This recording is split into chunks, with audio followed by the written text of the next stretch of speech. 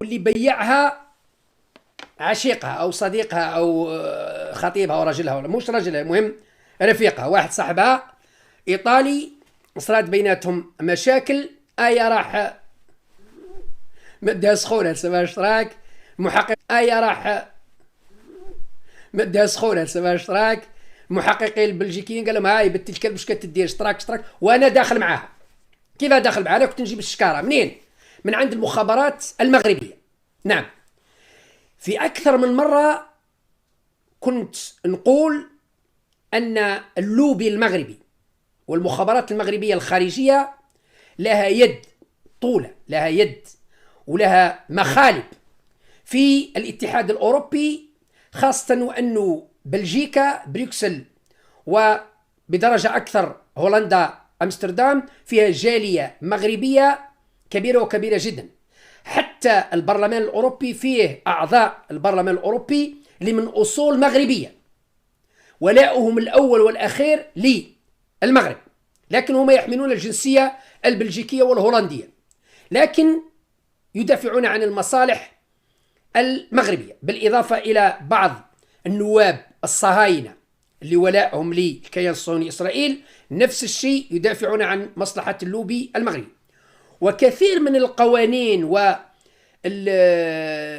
يعني القوانين واللوائح التي يمررها الاتحاد الأوروبي تخدم المصالح المغربية وتضر ببعض المصالح، تضر بمصالح بعض الدول العربية من بينها الجزائر. دائما لما تنبش توجد أن هؤلاء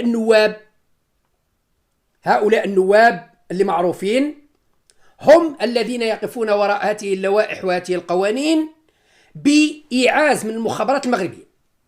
يعني المخابرات المغربية بالترهيب وبالترغيب تمارس نفوذ وضغط في الاتحاد الأوروبي من خلال هؤلاء النواب اللي أصولهم مغربية، أو من خلال نواب شراوهم بالدراهم. نعم، من بينهم هذه نائبة رئيسة الاتحاد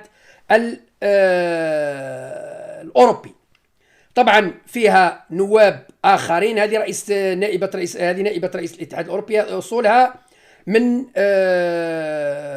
اليونان، لكن المخابرات المغربية من خبثهم يستعملوا نفوذهم وضغطهم خارج بروكسل وأمستردام، لأنهم تحت المراقبة، يروحوا لدول ضعيفة مثلا في اليونان أو في بولندا اللي هي بولونيا، أو في المجر، أو بعض الدول هذه، يستعملوا ضغوطهم ويستعملوا إغراءاتهم ويمدوا رشاوي كبيرة لهؤلاء النواب. إذن البرلمان الأوروبي فجر فضيحتين. الفضيحة الأولى تتعلق بالمغرب، الثانية أعتقد أنها نوعا ما مفبركة ضد قطر. يقول أنه فيها أمور لتصويت لصالح رفع تأشيرة على القطريين، يعني يدخلوا الاتحاد الأوروبي بدون تأشيرة للتصويت في البرلمان. لكن أنا نظن هذه عندها علاقة بالموقف القطري ضد جماعة قوس وقزح، جماعة طيط اللي اتخذت موقف صارم. إذا البرلمان الأوروبي فيه لوبي طيط قوي، نعم، فيه وزراء ونواب متنفذين وهم من جماعة طيط داخل البرلمان الأوروبي، نظن هم اللي ضغطوا. هذا بالنسبة لقطر. أما بالنسبة للمغرب ليس تحامل، وإنما هذا استنتاج، أو هذا المحطة الأخيرة من التوقع والتحليل اللي قلناه أكثر من مرة.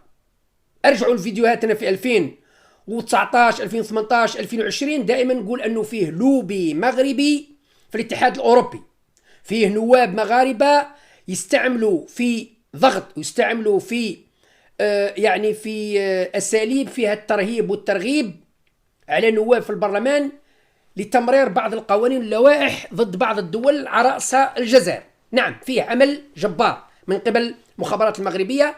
والتقرير النهائي اللي راهو يتكلم عليه كل وسائل الإعلام العالمية عن فضيحة المغرب في هذا البرلمان. النقاط الأخرى اللي